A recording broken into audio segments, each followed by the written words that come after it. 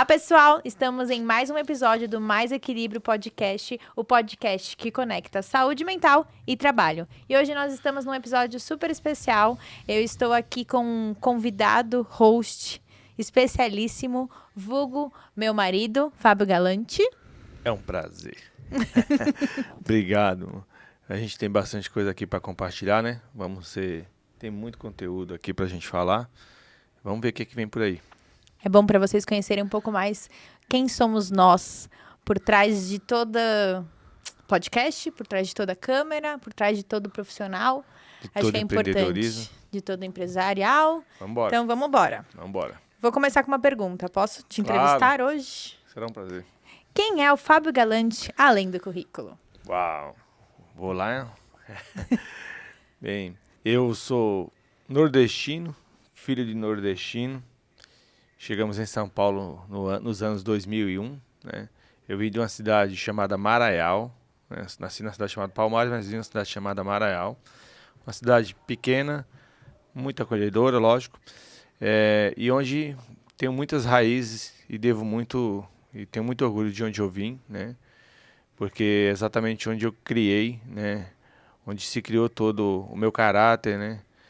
Eu devo muito a minhas origens, na verdade. Então, acho que o homem nunca pode esquecer da origem onde ele veio. Então, tenho muito orgulho de dizer que sou nordestino, filho de nordestino. E sou um cara que veio para São Paulo sonhar. Sonhei alto, alcancei muitas coisas. Tenho uma família fantástica, né? Tive o privilégio de encontrar Paulo Galante na minha vida, né? Então, realmente, você foi muito abençoado. Do mil ao milhão. Isso mesmo. Foi sua maior bênção. Fui eu. É Deus mesmo, é o bênção.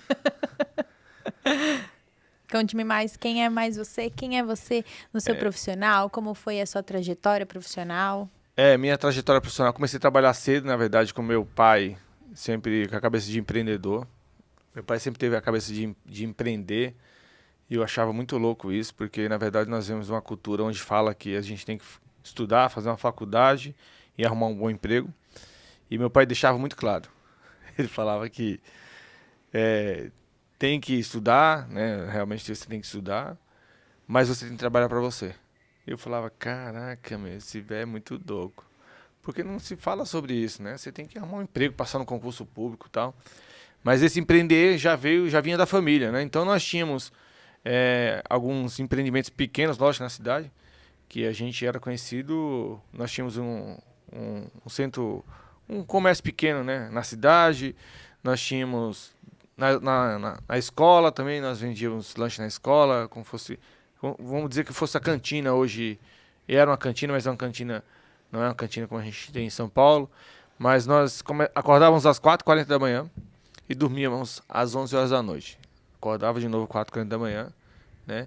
E eu me questionava, caramba, eu só tenho 14 anos, cara. Meu pai fala um negócio desse comigo, né? Então a gente pode acreditar que aquele lema de acordar 4h40, colocar o pé na grama, foi isso que diferenciou pra você? Foi, onde eu tomo chá às 4h40 da manhã e coloco o pé na grama.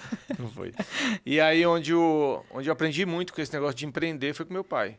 Mas eu ficava indignado na época, né? Com moleque 14 anos de idade, queria acordar às 9 da manhã e jogar bola. E aí meu pai falava, cara, você tem que acordar cedo. Ou seja, tem até um ditado que eu brinco hoje, né? Que passarinho que acorda tarde toma água suja. E aí falava, caraca, mas não é possível que eu tenha que acordar tão cedo assim. Mas a gente empreendia no hospital da cidade, né? Que não chegava a ser um hospital, é como se fosse uma UPA aqui de São Paulo. Mas é um centro de atendimento. E aí eu acordava às 4h40 da manhã, às 6 horas nós estávamos lá, que as consultas começavam cedo, então a gente vendia tudo lá, lanche, pipoca, tudo. E aí o pessoal que ia para as consultas de madrugada comia lá. Então nós tínhamos esse empreendimento lá. Ao meio-dia eu ia para casa, tomava banho, ia para a escola.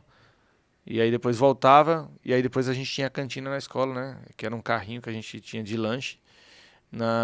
E a gente morava bem em frente à escola. Então, dos 14 até dos 13 anos, mas a gente ficou uns 4, 5 anos eu já trabalhando com meu pai.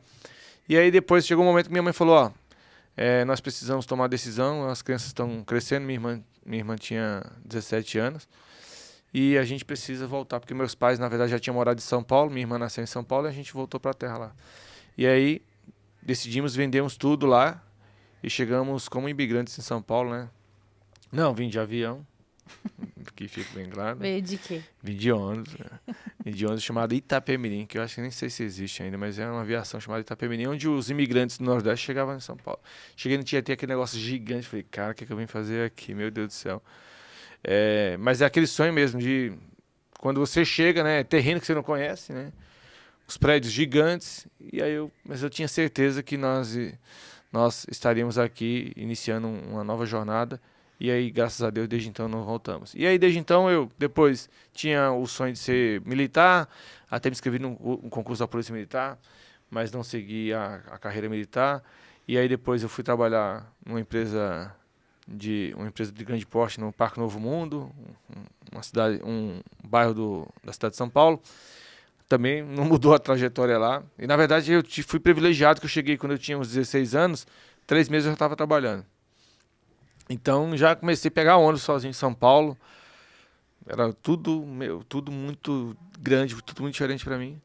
E aí, meu primeiro emprego, fiquei por 4 anos lá, quando eu decidi que ia ser bombeiro. E aí eu fiz um curso de bombeiro e atuei como bombeiro civil durante, acho que 5 anos. Conheci a área de segurança do trabalho lá, como bombeiro. E aí me formei em segurança do trabalho.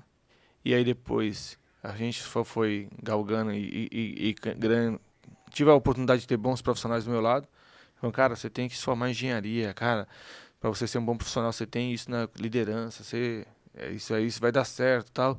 E aí fui crescendo, até cheguei a um cargo grande de uma empresa, onde eu era head da área no Brasil inteiro, né? E aí foi onde eu conheci Paulo Galante. Foi através dessa trajetória na minha carreira aí. Mas desde então trabalhava, e aquela questão, né? A gente fala sobre empreender, mas eu já empreendia na empresa onde eu atuava, né? Porque você quer head de área, né? Gerente, diretor, você já empreende, você tem que empreender.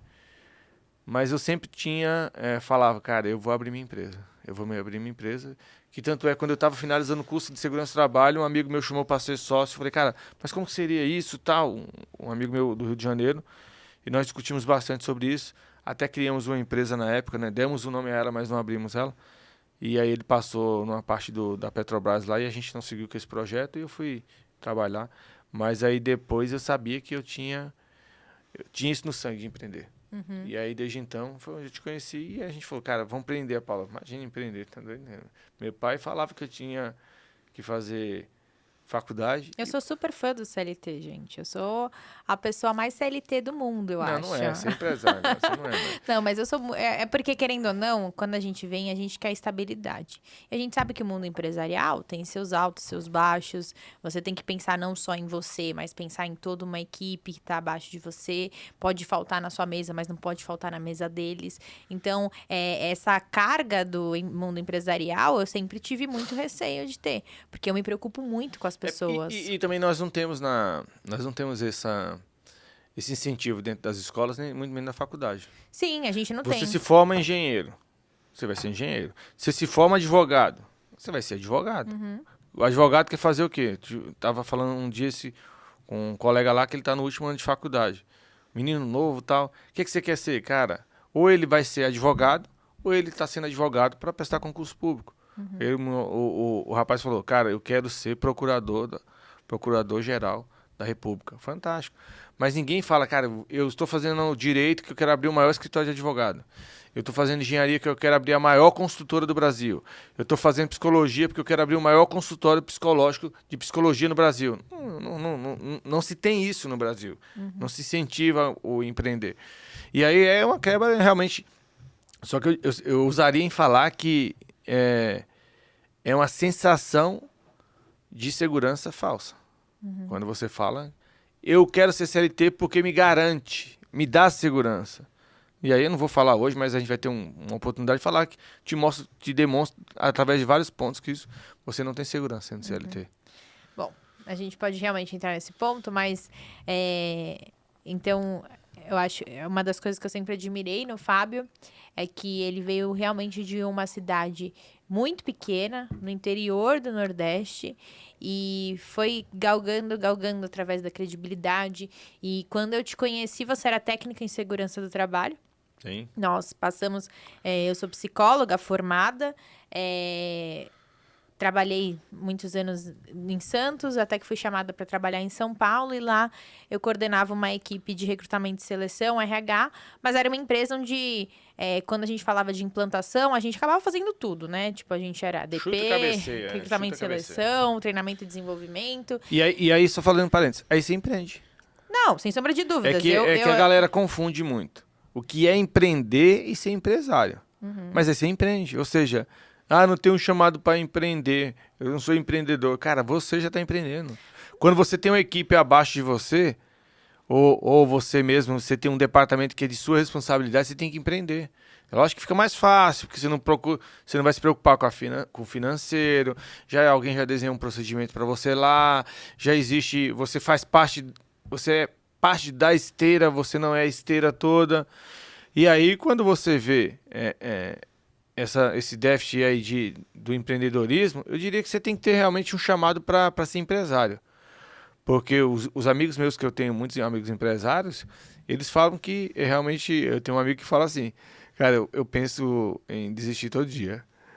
Eu encontro com ele, Marcelo, e aí, beleza? Como tá as coisas lá na empresa, tal. Ele tem bastante funcionário lá, acho que quase 300 colaboradores, ele fala, cara, eu penso em desistir todo dia. E exatamente porque não só pelo incentivo, mas que exatamente isso. Você tem que ser um cara muito, eu diria, antenado, tem que ser um cara muito 220 mesmo, né? Mas quando eu falo 220, tem que ser muito criativo, você tem que estar muito disposto à evolução que hoje tem. Hoje tem muito recurso, então, teoricamente, hoje você consegue escalar teu negócio. Então, hoje existe a facilidade que a tecnologia traz, mas se a gente não deixa de empreender, porque, na verdade, toda a experiência que eu adquiri na minha carreira é mérito hoje que eu coloco dentro da minha empresa. Uhum. Não, sem sombra de dúvidas. Voltando um pouco sobre minha trajetória profissional, quando eu vim trabalhar em São Paulo, conheci o Fábio, ele era técnico em segurança do trabalho, e tivemos a oportunidade de trabalhar juntos. Na época, aliás, ele sempre não gostou de mim, ele me achava mala, eu te achava mala também, né? Então, a gente se achava mala. E era uma troca, né? Então, a gente não tinha tanto afinidade, mas a gente sabia trabalhar muito bem junto. A gente era uma equipe muito boa. A gente sabia para onde correr, os dois sempre muito em prol da empresa crescer, das coisas darem certo. Então, a gente trabalhava muito bem junto. Nos conhecemos, eu saí da empresa, então... tivemos o nosso relacionamento, mas a minha trajetória profissional, ela se encaixou com a segurança do trabalho quando eu conheci você. E até então eu não sabia o que era, para que servia um ASO efetivamente, eu não sabia o que era um PCMSO, o que era um PGR.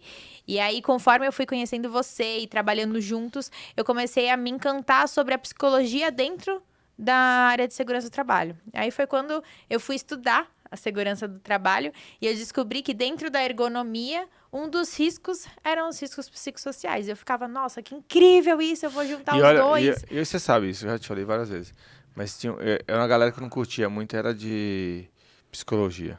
Porque, na verdade, eu tinha a psicologia como atendimento clínico. E aí, um tabu que a gente tem, principalmente, como eu venho de uma região do país onde o machismo isso aí vai passando, na verdade eu digo que vai melhorando, né, após as gerações, mas que exatamente não existe, eu falo, não se chora, não demonstra fraqueza. E aí tanto é que eu tinha muita dificuldade de mostrar minhas vulnerabilidades por conta disso. Porque você nasce condicionado a isso, cara, não existe, não tem como, acabou, é daqui pra frente, acabou, vamos embora. Isso existe o lado bom, mas existe também o lado lá na frente que você fala, cara, não, mas não é tão bem assim, não. Né? Mas quando se fala de psicologia, eu sempre usei esse discurso para os profissionais de segurança do trabalho que eu conheci no Brasil, né? Minas Gerais, Rio Grande do Sul, Paraná, por onde eu viajei, falava, cara, você como engenheiro de segurança do trabalho, você precisa empreender na tua área e demonstrar para os diretores, para os CEOs da vida aí, que a área de segurança do trabalho é um investimento. Mas por que às vezes não consegue demonstrar? Uma, que a gente não teve incentivo, como eu falei lá atrás, né? Nós não temos incentivo em empreender. Nós não conseguimos consolidar dados Porque, me desculpa, mas coloca uma placa lá na frente da empresa. Estamos há X dias sem acidentes, né? E aí, qual que é a veracidade disso? Ah, mas tem empresas que realmente seguem aquilo. Não estou dizendo que toda não segue. Mas, efetivamente, o que é feito, e a gente tem várias experiências juntos sobre isso, para que isso não ocorra um acidente dentro de uma empresa. Né? Então, a gente teria temas que a gente poderia seguir várias vertentes aqui. Mas eu falo que a psicologia, principalmente no cenário atual, né, e aí, na verdade, não é ênfase à pandemia, não é só relacionado à pandemia, mas a gente está falando que não era consolidado os dados. Se passava despercebido dentro da instituição INSS que o cara estava afastado por uma saúde mental, que não se sabia se estava relacionado ao trabalho, se não sabia se estava relacionado à vida pessoal dessa pessoa. Né? E eu acho que quando a gente entrou nesse mundo do risco psicossocial, que entrou dentro da área de segurança do trabalho, foi onde a gente falou... checkmate, agora a gente vai se realizar profissionalmente, efetivamente. Não que a gente não fosse já, né? A gente sempre amou o que a gente fazia, mas a gente conseguiu trazer o nosso real propósito para dentro do nosso negócio, né? Que foi quando a gente resolveu empreender. Porque, por mais que você fale que você era empresário, você sempre trabalhou durante anos CLT e você não conseguia sair, porque você amava trabalhar no CLT. Mas é exatamente isso. Porque nós nos colocamos dentro de uma prisão onde ela é invisível. Porque você sabe que você tem que empreender. Só que você você tem que quebrar um tabu aí gigante de pessoas que falam o contrário disso. Porque você tá maluco, cara. E teu 13º, e teu vale-refeição. E não é 2, 3 pessoas. Cara, é uma manada falando sobre isso que dificilmente você vai conseguir se comportar de forma diferente. Eu costumo falar, quem cuida da saúde mental do empresário? Porque a gente vê muito empresário como vilão, mas a gente nunca vê ninguém propondo soluções também para cuidar do empresário. E querendo ou não, a nossa saúde mental, ela também tem que ser cuidada. Tanto que uma das coisas que a gente adotou dentro de casa a partir do momento que a gente resolveu realmente ser empresário e continuar um casamento, porque não é fácil, né, pessoal? Quando você trabalha separado, você só vê ele à noite. Agora, quando você trabalha durante o dia, quando ele vem com uma ideia, você vem com outra. A gente, graças a Deus, sempre soube separar muito bem. A gente chegava, todo mundo ficava meio até chocado, porque numa reunião, a gente conseguia discutir sobre o trabalho na reunião. A gente saía da reunião e ia, mozão, onde você vai almoçar? Onde você vai almoçar? E as pessoas falavam, meu, vocês acabaram de brigar na reunião. Eu falo, não, brigar não. A gente está discutindo em prol de um bem para a empresa. Não tem nada a ver sobre o que eu penso sobre o meu marido, sobre o que ele pensa comigo, sobre a esposa. Então, uma das coisas que eu vejo que a gente evoluiu muito para cuidar da nossa saúde mental mesmo como empresários foi isso. Foi saber separar a nossa vida conjugal, o CPF do CNPJ. Saber separar os papéis, você vai cuidar disso, eu preciso que você cuide daquilo. Quando aquilo estava me afetando de uma forma negativa, você sabia a hora de falar, pera, que agora outra pessoa vai assumir. Então, a gente sempre soube isso e colocar nossa família em primeiro lugar também. Sim, e eu vou muito mais além que isso, porque, na verdade, sim, nós temos que falar sobre, a gente está falando de mais equilíbrio, e é exatamente esse equilíbrio que você tem que buscar. Então, como nós somos cristãos, né, nós temos claramente isso daí, que nós temos muito bem claro isso daí, a questão da gente saber dividir e onde nós recarregamos nossa energia, né? Exatamente. Então nós temos muito claro quando a gente se fala sobre o equilíbrio mental, físico, espiritual, né? E a gente tem exatamente isso, né? Eu até fizemos um vídeo esses dias aí quando a gente estava lá em Santos lá, nós fizemos um vídeo sobre o nível de prioridades, né? Que eu até depois retifiquei lá, mas que é Deus, família, trabalho e igreja, né? E aí o que você tem que toda hora estar equiparando é essa atenuação do que é, para você não avançar uma fase. Vai chegar alguns momentos na vida, vários empresários falam sobre isso, o Flávio Augusto fala muito sobre isso, que não conhece um empresário bem sucedido que diz que trabalhou pouco, né? Mas ele volta, mas tem que ter uma saúde mental, física, espiritual. E não existe sucesso empresarial sem sucesso na família. Senão você não consegue, senão você não consegue testemunhar, você não consegue testemunhar sobre isso. Porque da mesma forma que você tem um sucesso Um amigo meu foi uma vez no evento aí, onde o cara lá muito bom financeiramente falando, e tal, números, isso aqui são meus números, olha aqui meus gráficos, tal. Eu tô no quarto casamento. Aí meu amigo falou, cara, não faz sentido pra mim. Aí eu falei, mas por que que não Ainda fez? lançou um quase indo pro quinto. Tô quase indo pro quinto. Ou Porque ele seja, lida muito bem com os números, mas não consegue lidar com o ser humano. mas Né? exatamente é válvula de escape, ou seja, você não consegue equilibrar isso daí por conta do quê? A gente teve um episódio, quando nós falamos com a doutora, sobre aumentou o número de agressões domésticas após pandemia. Por conta do quê? Porque as pessoas não... É muito mais fácil você não conseguir lidar com a pessoa no dia a dia. Aí você fala, ô Paulo, tive um problema X, Y, Z na empresa tal. E aí você vai desabafando, aí você desabafa também. E quando a gente está trabalhando na mesma empresa? Quando a gente está coordenando a mesma empresa. Né? Como que... Não, a gente até... Não, e nós somos de gerações diferentes, né? Eu sou da geração Y, Fábio é de uma geração anterior. Então, querendo ou não, isso também tem uma visão diferente. Você veio de outra cultura, eu vim de outra, eu vim de Santos. Vim de Santos. Eu vim de Santos, você veio do Nordeste. Então, isso tudo também requer um alinhamento de visão nossa como Sim, casal. e vai depois, vai amadurecimento, vai amadurecendo isso daí, porque não existe, casou, identifiquei com fulano, tal, vou casar, tal, a partir de agora é só, não, existe realmente, a gente até falou esses dias sobre, a gente tá falando muito sobre isso nesses últimos dias, sobre as conversas necessárias que tem que ter. E aí falou uma matéria da Folha que fala sobre a liderança Nutella, que tem um medo de falar as conversas necessárias, até para não desagradar, mas da mesma forma dentro de casa. Você tem que ter as conversas necessárias com a sua esposa, com seu marido lá, para estar muito claro. Qual que é o alinhamento, Qual que né? é o alinhamento, porque senão você fala, eu vou empreender, vamos ser empresário e tal, e se você não alinhou isso dentro de casa, cara, em algum momento vai dar errado isso aí. Né, que a gente sempre fala, casa dividida não prospera. Então, coisas que a gente utiliza como o nosso mundo empresarial afeta no nosso mundo conjugal, né, e vice-versa. Então, coisas que a gente já fez relacionada para equilibrar esses dois lados foram um alinhamento de visão. A gente conversa muito sobre isso. A gente faz as nossas conversas necessárias, que nem sempre são boas. Às vezes acontecem uma meia-noite, que é o horário que dá para ter as conversas necessárias.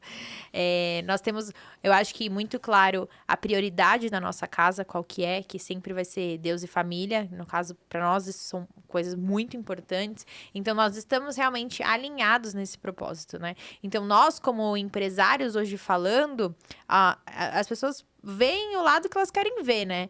Mas não tem ideia de quantas conversas nós temos no nosso particular, de quantas voltas no lago a gente dá pra chegar em um consenso. Mas é que é a boa parte. Na verdade, assim, ninguém tá dizendo que é fácil, mas ninguém também tá super valorizando o que é. Eu acho que tem que estar muito claro, né? Você pode se vitimizar porque você veio do Nordeste e aí existe, não adianta esconder, mas existe um preconceito de nordestino em qualquer lugar onde ele chega, na verdade, porque já se foi colocado lá atrás. Se você escolher se vitimizar com isso, cara, você vai ser mais um se vitimizando e nada vai mudar. Mas eu acho que se você também não se admira, é diferente. Porque, por exemplo, assim, quando você vê uma pessoa que tem orgulho da sua história, você não deixa ninguém brincar com ela. Eu penso muito isso, sabe? Quando você sabe quem você é, quem eu sou, eu não deixo que ninguém brinque com o que eu sou. Então, eu lembro, assim, vezes que brincavam comigo enfim, você vai na igreja? Eu vou na igreja. E vinham com piadinhas, mas eu sabia quem eu era. Então, isso sempre me ajudou também a se posicionar. Então, não se colocar no lugar de vítima, mas de se posicionar para que ninguém brinque com o que é importante para você, sabe? Sim. Então... E aí, quando isso está muito claro, Gente, eu só vou cuidar com as minhas caras e bocas, porque todo mundo fala que enquanto eu estou gravando, eu não controlo as minhas caras e fico pensativa. Vou controlar a minha cara. Foi só um parênteses aqui na nossa conversa.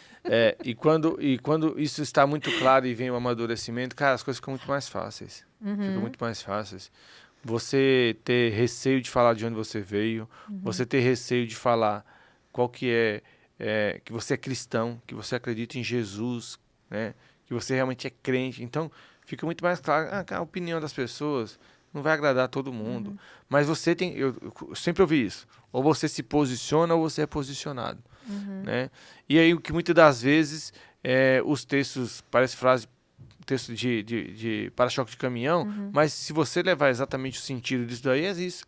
Você ter reconhecimento de quem você é. E não é dizendo que você tem que ser soberbo, né? Mas quando você está muito claro, quando a gente já falou de alguns profissionais que passaram aqui no podcast, que a gente gravou, que eles têm orgulho em falar, a gente ficaria 3 horas falando com os caras. Por quê? Porque o cara ele sabe exatamente o que ele é. Ele tem orgulho de ser o que ele é, com o que ele faz. Né?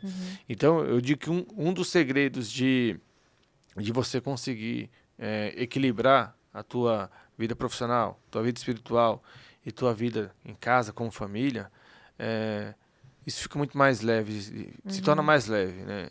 Eu diria, na minha trajetória, as decisões que eu tomei, ou as coisas que eu fiz, que são decisões que são tomadas difíceis, cara, faria de novo.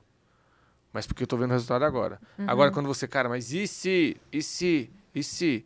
E aí, de novo, ninguém tá dizendo que todo mundo tem que ser empresário. Ninguém tá falando, larga tudo aí, vamos empreender. Não. Cada um vem com um dom específico. E aí, a gente tem que, como você vê com a psicologia, você fala com muito amor por ela. Né? Com certeza. E aí, esses dias em Santos, lá, trocando ideia lá, o cara falou assim, cara, meu pai queria que eu fosse médico porque ele era médico. E eu fui ser engenheiro. Mas e hoje? Cara, eu não me vejo não sendo engenheiro. Né? Então, eu acho que quando você está bem resolvido com si mesmo, fica muito mais leve as coisas.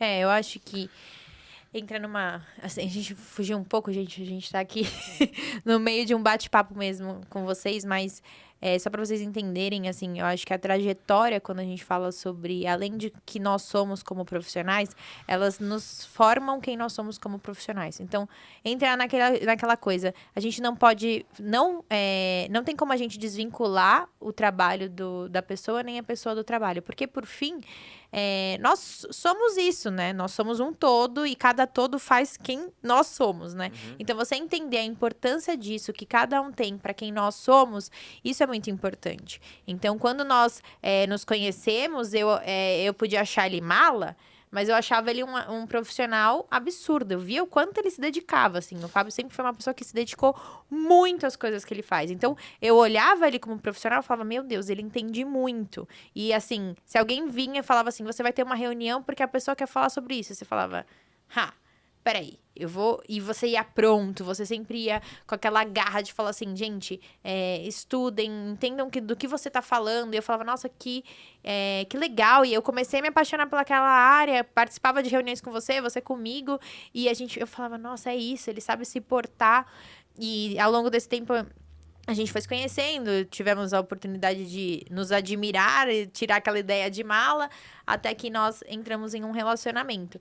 Mas antes disso, é engraçado, mas eu comecei a te admirar pelo profissional, pra você ver como a gente nem sempre consegue desvincular uma imagem da outra. Sim. Então, por isso que as atitudes que a gente toma para ter um equilíbrio, tanto na empresa quanto em casa, são importantes. Porque, por fim... Olha só, nós mesmos começamos nosso relacionamento se conhecendo como profissionais. Então, foi quem você era profissionalmente que me despertou o mínimo de interesse em você. E também quando, de novo, quando está tudo conversado e alinhado, nada vai ultrapassar nem vai esbarrar nas coisas. Nós temos algumas funções dentro do ministério, na igreja, que a gente sabe administrá-las, né? Porque a gente tem um filho de 4 anos, porque nós temos a empresa que funciona, muitas das vezes, todos os dias, né? Tem sábado, domingo, mas aí você se dedica àquilo ali, mas, de novo, a conversa é necessária ocorrer lá atrás. Porque senão, não, cara, vamos lá. Que a gente... Peraí, eu tô parando pra pensar. Você tem um filho comigo de 4 anos? E quando que você achou que você ia ter um filho comigo de 4 anos? Sempre achou? Mas isso é pergunta? Não, tô perguntando só, brincando. Mas deixa eu só voltar no contexto aqui. Quando isso está muito claro, fica muito mais claro, cara, sério. Eu falo pra minha filha, cara, nós temos que ter meta no negócio. Como que eu estarei daqui a 10 anos?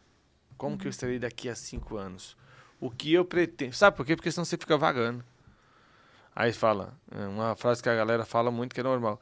Como que você vai? Se eu perguntar pra um cara como que ele vai, ele fala pra mim sobrevivendo, eu paro, já não pergunto mais, acabou. Minha conversa com ele acabou ali. Ah, sobrevivendo, né, tal. Cara, você não tá claro pra você, não tem clareza pra você. O que que você quer pra 2025, né? Então, quando a gente fala de empreender em casal, né, eu diria que é fácil, desde que... E o fácil eu não tô dizendo que não vai acontecer nada de diferente no meio do caminho. Eu falo assim, fica muito mais claro. Cara, não faz muito sentido, né? E quando eu dou uma palestra, eu lembro das palestras que eu dava lá atrás, lá você me corrigia, meu, corrige isso aqui, meu, corrige aquilo ali e tal. E aí quando você também, eu tinha certeza do que eu tinha um entendimento técnico, mas você tinha uma visão diferente, como de me importar, de responder aquilo ali. Então, de novo, conversa é necessária, né? Assim, a gente tá partindo por fim, mas eu fico pensando quando a gente decidiu montar esse podcast, a gente não esperava nem que quantas pessoas iam vir, que a gente ouve as E histórias. quantos feedbacks que a gente tá tendo, né? Falando assim das pessoas, cara... E pessoas de extrema importância na nossa vida, né? E que tem uma posição muito reconhecida na carreira que elas estão, né? Então, e quando a gente decidiu montar o podcast, a gente falou, aqui não é um podcast pra gente falar sobre pauta política, não é um podcast pra gente falar sobre... Especificamente de religião ou de alguma coisa, mas é pra gente colocar em evidência sobre a saúde mental no trabalho e como ela impacta na vida pessoal e vice-versa. Então, nós, assim, como casal falando, quantos alinhamentos nós não temos para que a gente não seja sucumbido, para que a gente não desista no meio do caminho, né? Então, tem vezes que eu estou mais fraca e você me põe de pé, tem vezes que você está mais fraco, eu te coloco de pé. E eu acho que essa é a parceria que você tem que ter quando a gente está falando de um relacionamento, né?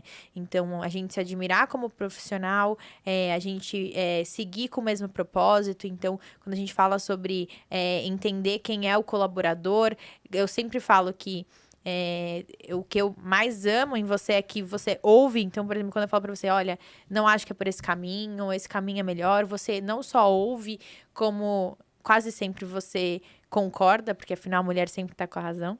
Brincadeira. Mas assim... Pode cortar isso aí.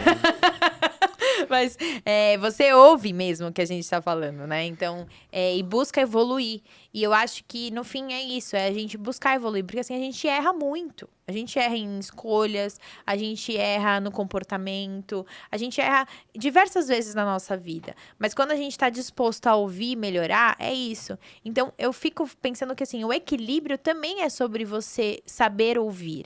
É também você saber entender... E até reconhecer também, cara, eu preciso de ajuda, né? Exato. Nessa situação, Exato, nesse caminho. Exato. E, de novo, eu tinha dificuldade de me abrir como demonstrar Sim. fraqueza. Não, a gente raramente briga, mas uma das poucas brigas que a gente teve foi Não, porque eu a gente não falava... briga, a gente discute. Só corrige aí. Tá bom.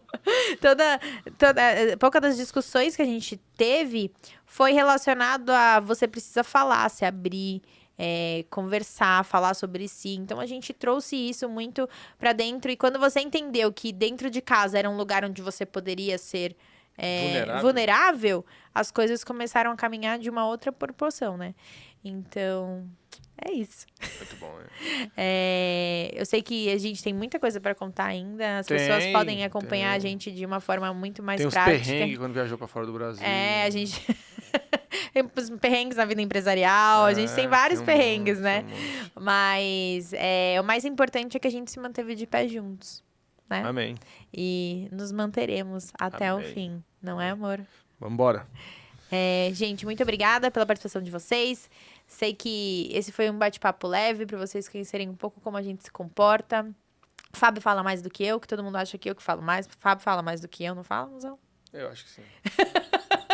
Fábio fala mais do que eu, mas nós todos viemos de... Não nascemos herdeiros, nós nascemos apenas herdeiros de Cristo. Mas não nascemos herdeiros de família, mas nós conquistamos passo a passo, juntos, como família, como marido e mulher. E hoje o nosso maior propósito é realmente que as pessoas entendam a importância da saúde mental. né? Sim. Então, com isso, queria terminar finalizando, agradecendo a nossa patrocinadora, a Iavix Tecnologia em Saúde. Obrigada por acompanhar a gente nessa jornada, por entender a importância de conversar. Então, quando a gente fala sobre um podcast, a gente está conversando. Sim. A gente está, né, entendendo mais sobre quem é a pessoa. Trazendo um conhecimento. Trazendo. Então, isso é também saúde mental, né? Então, quando a gente começa a colocar tudo aquilo que é saúde mental. Então, muito obrigada, Iavix. Se você quer saber um pouco mais, escaneie o nosso QR Code, descubra quem é a Iavix, o que ela pode ajudar na sua empresa. E, no mais, acompanhe a gente aqui, compartilhem. Nós traremos muitos convidados, queremos muito que vocês entendam sobre como a saúde mental está em todos os pontos da nossa vida. Todos. No trabalho, na família, no ministério, enfim, no esporte, na academia. Tudo isso a gente tem saúde mental. Então, quando a gente entender que nosso corpo é uma engrenagem, que essa engrenagem precisa estar em sintonia para rodar, a gente começa a entender melhor sobre saúde mental. Vamos embora. Muito obrigada. Muito obrigado, Paula Galante de Mais Souza. um Bora. episódio para vocês. Valeu, Obrigada, galera. pessoal.